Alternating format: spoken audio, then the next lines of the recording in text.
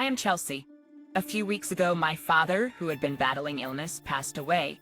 Regret lingers within me as I wish I could have shared with him the joy of meeting his grandchildren.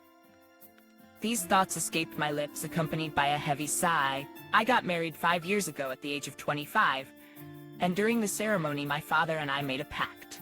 I promised to inform him first when I got pregnant. Sadly, that promise remained unfulfilled. My only regret about my father centers around this unkept promise. His illness had been discovered a year ago, and since then I devoted myself to doing everything I could for him. Regular visits to my parents' home and the hospital with my mother became a routine. I increased the frequency of phone calls and video chats, exhaustively exploring every avenue to support him. Despite my efforts, a lingering doubt persists. Could I have done more? As I mull over these thoughts, my mother, sitting beside me, reassures me. "You did well, Chelsea. Your father would be satisfied." Just then, my sister Portia returns, accompanied by the family lawyer. The mid-40s man hands me his business card, introducing himself as Samuel, the attorney. My mother guides Samuel to his seat, and as soon as he settles in, my sister blurts out, "I heard from this lawyer that Dad left quite an inheritance." I quickly clarify it's not all for you, Portia. Her expression sours and we exchange glares. Our strained relationship, exacerbated by my sister's distant attitude since our father's illness was discovered, hangs heavily in the room. I try to address the tension, stating, "I may have said it wrong, worried about him, but you don't have to be so stubborn." She retorts, "I'm not being stubborn. I live in the city. It's not easy to come to the countryside."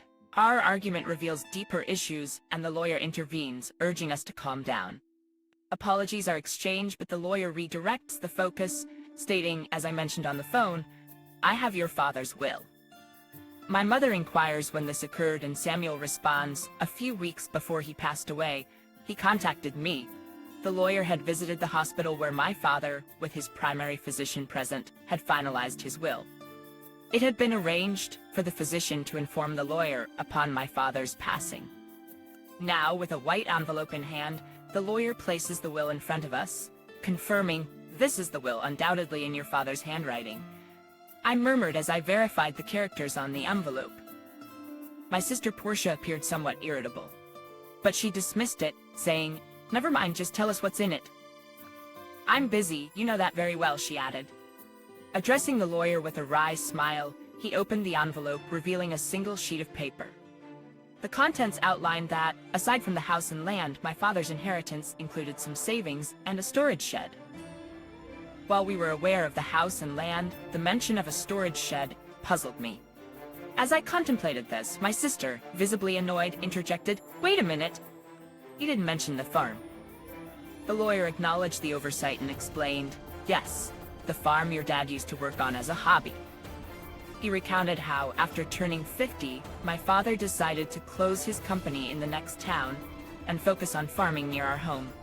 Despite initial objections from my sister, who opposed the decision during her college years, my father persisted, finding joy in the physical activity of farming. Now my sister insisted that the farm should be part of the inheritance. The lawyer, reviewing the documents, quickly addressed this concern, revealing that the farm was rented land. My sister expressed disappointment, realizing we didn't own the expansive piece of land as she had thought.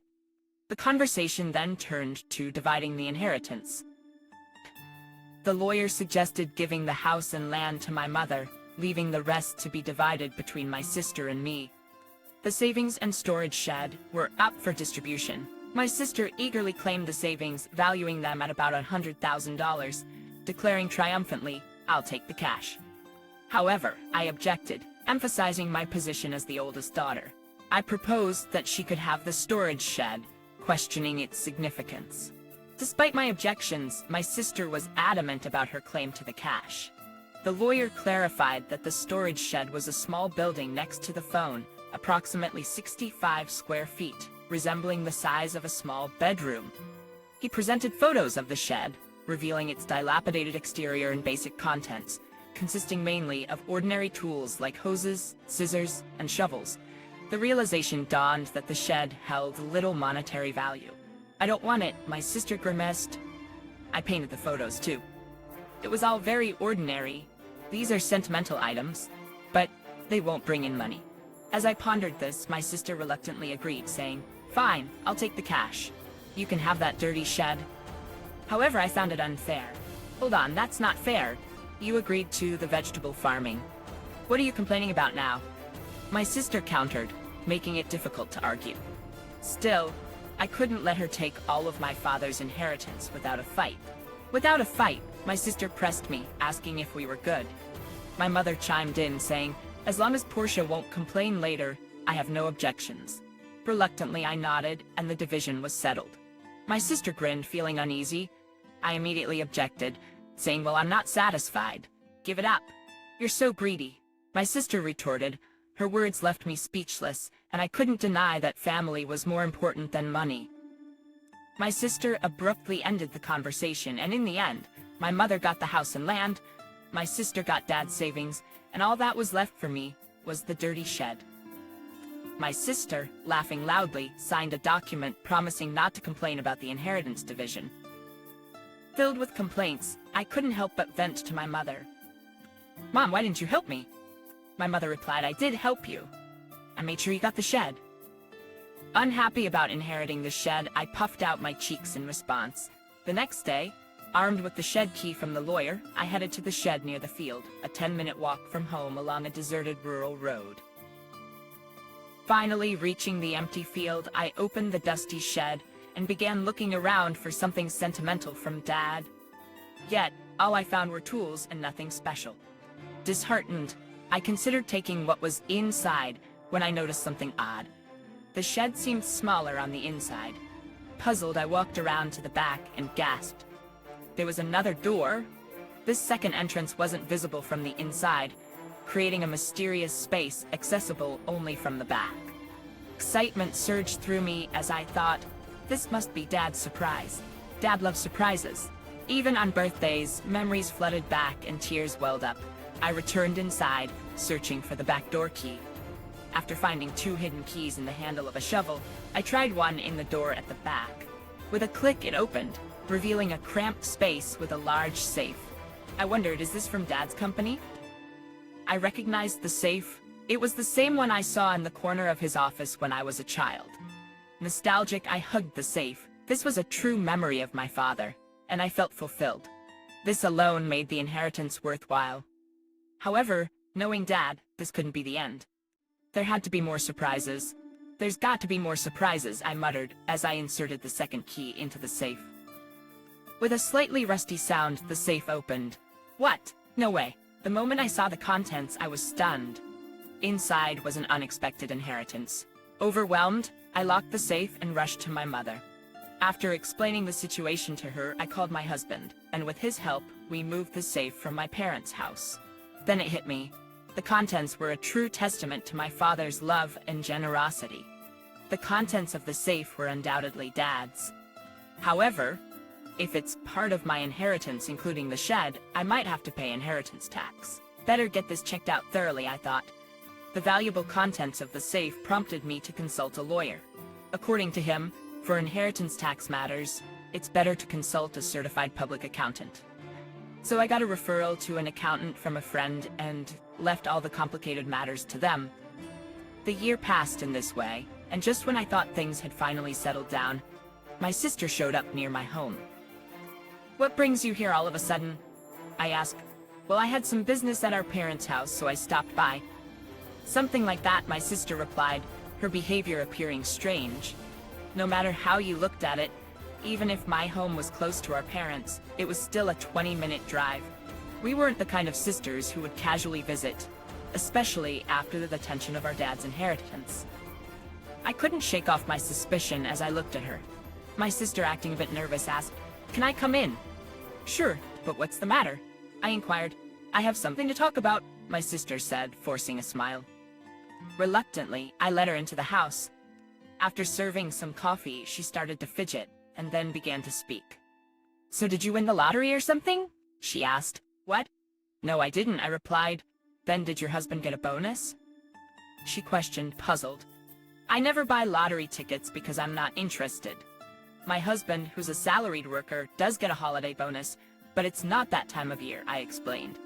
Confused, I asked her directly, "Hey, what are you talking about?" Suddenly my sister got angry. "What are you making fun of me?" "No, what are you talking about?" she snapped. "Money. Money, you have it, don't you?" "Money," my sister spoke excitedly. It was a story from a few days ago. Living in the city, my sister had run into our aunt by chance, and the woman started the conversation like this. "I know how hard it's been for you since you lost your father. Are you doing okay?" "Yes, well, I visited him many times when he was sick. But you must be relieved, right? Getting such a big thank you gift." "Thank you gift?" "Yes, your sister sent me a $500 gift card as a thank you for visiting him." What caught my sister's attention was the gift card. Hearing that I had sent it, she was convinced I had come into some extra money. "You got a windfall, didn't you?" "Just admit it," my sister interrogated me. "Ah, that's what this is about," I sighed. My sister didn't like my attitude and yelled, "What's with that attitude? Are you mocking me?" "No, it was a thank you gift." "So, where did you get the money for it?" "That's what I want to know." "From the inheritance, remember?" I replied. "So I sent thank you gifts to relatives who had helped us." I began, and upon hearing this, my sister frowned. "All you got was that dirty shed," she remarked. "Yes, that's true, but you can't sell that for money. However, there was a safe inside it, and that's where the real inheritance was." "A safe? A real inheritance?" I carefully explained to her about the watches in the safe, all valuable items collected by my father as a hobby during his lifetime. However, I didn't know their exact value. On the other hand, the remaining savings were about $100,000. Considering he was a business owner who could retire early, that amount seemed small, leading me to think he might have invested a lot in those watches. "If they're valuable, you'll have to pay inheritance tax," my mother had said after seeing the contents of the safe. "Inheritance tax," my mother had said after seeing the contents of the safe. "What should I do, Mom?" When I asked, my mother thought for a moment and advised things like this always come out. "You should declare it properly." "How?" "Well, let's ask that lawyer we spoke to recently." So I consulted the lawyer again, and I was told that if you inherit valuables, the inheritance tax is determined by their value. At that time, I was also told that a certified public accountant could handle it for me. As a result, it was found that the watches alone were worth at least $500,000. With watches this valuable, you'll have to pay inheritance tax. "How should I pay it?" I asked. The lawyer suggested, "How about keeping the ones you're emotionally attached to and selling the rest?" Certainly it didn't make sense to me, who didn't know the value to hold on to such expensive watches. I'd rather someone who understands their worth have them. With that thought, I sold some of the watches, used the money from the sale to pay the inheritance tax, and sent thank you gifts to the relatives who had helped us. Those thank you gifts were the gift cards my sister was talking about. By the way, what I kept were items like the pocket watch my father often wore. I showed my sister the pocket watch as I told her this story. "This one isn't expensive, but it holds the most memories for me." My sister looked away, seeming deep in thought. "The safe is too big for this house. It's the one Dad used at his company." I felt uneasy seeing her like this, but right after that, she stood up and said, "I'm leaving." Now that I know where the money came from and went, considering how money-minded my sister is, I thought she might demand some of the money from the watch sales. I was relieved she left without making a fuss. However, in my relief, I forgot the unease I had felt earlier. My sister isn't that understanding, and I had forgotten that. I was reminded of this late that night when I got a call from my mother. "Chelsea, it's urgent. Come over right away." "What happened, Mom?" "It's just really bad," my mother said, frantic and unclear. My husband and I rushed to my mother's house, and as we approached, we noticed something strange. The area around my parents' house was lit up in red. "What's going on?" The reason became clear as we got closer. Several police cars were parked outside my parents' house. I navigated through the crowd and called out to my mother. "What happened, Mom?" According to her, it was after 9 p.m. and feeling tired, she had already gone to bed. Soon after, she heard strange noises. Sounds like someone searching for something coming from beyond the door. "Oh, it's a burglar," my mother instantly thought. However, She was the only one in the house, and feeling helpless, she decided to escape through the window. Looking back, she saw the light of a flashlight moving inside the house. This is definitely a burglar, she was convinced. Running to the neighbor's house, she urgently said, "Help! There's a burglar." Hearing this, the neighbor immediately came out. They too saw the swinging light my mother was pointing at and called the police, thinking it was a burglar. However, it wasn't a burglar at all. It was my sister who had sneaked into the house to rummage through the safe after hearing my story. Neither my mother nor the neighbor had any way of knowing this. Soon the police arrived, and naturally my sister was shocked. Realizing she was in trouble, she tried to make a quick escape. Of course, it's her own family home, so there's no need to run. Yet, in her panic, my sister thought she had to escape. In her rush, she bumped into the open door of the safe. Just then, the already unstable safe toppled over, falling right onto her as she tried to flee. So, Portia got trapped under it. Yes, that's what happened. Is she okay? I asked. She was taken to the hospital by ambulance. But she keeps saying her leg hurts. What on earth was she thinking? I was truly dumbfounded. Afterward, my mother and I apologized to the police officers who had come to help, feeling bad for calling so late. I also phoned my sister's husband. "Wait, you're saying Portia broke into her own family home and got injured?" He questioned. "Yes, that's correct. What is Portia doing? She doesn't even do housework." "I'm really sorry about my sister. That's it. I'm filing for divorce." Divorce? Actually, according to my sister's husband, she had racked up a considerable amount of debt. Apparently, she had been spending a lot on brand name items, and he had just found out. They had a huge fight, and in the end, my sister stormed out of the house saying, "I'll borrow from Mom and pay it back." Turns out, she had already used the $100,000 she inherited to pay off her debts. Still short, she came to me to scrounge for more money. Learning about the contents of the safe led to her actions, which in turn led to this whole mess. No wonder her husband was furious. In the end, my sister, who had fractured her leg, was hospitalized. Her husband came to the hospital and started talking about divorce. Naturally, my sister made a scene. "I'm not getting a divorce." Absolutely not. But it was too late. Her husband had brought the divorce papers. Seeing them, she had no choice but to sign. Now she's lying in her hospital bed, stunned. There's a part-time job magazine next to her, so she's probably planning to start working part-time to pay off her debts. That would be a relief for me. As for me, I decided to move back to my parents' home after all the commotion. Of course, I'm worried about my mother, but there's another reason. I found out I'm pregnant. My husband and I talked it over and decided to move back home and have my mother help us with the children and childcare. I wish I could have told my father about the pregnancy while he was alive, but I'm sure he would be happy for us. So I'm looking forward to giving birth to a healthy baby.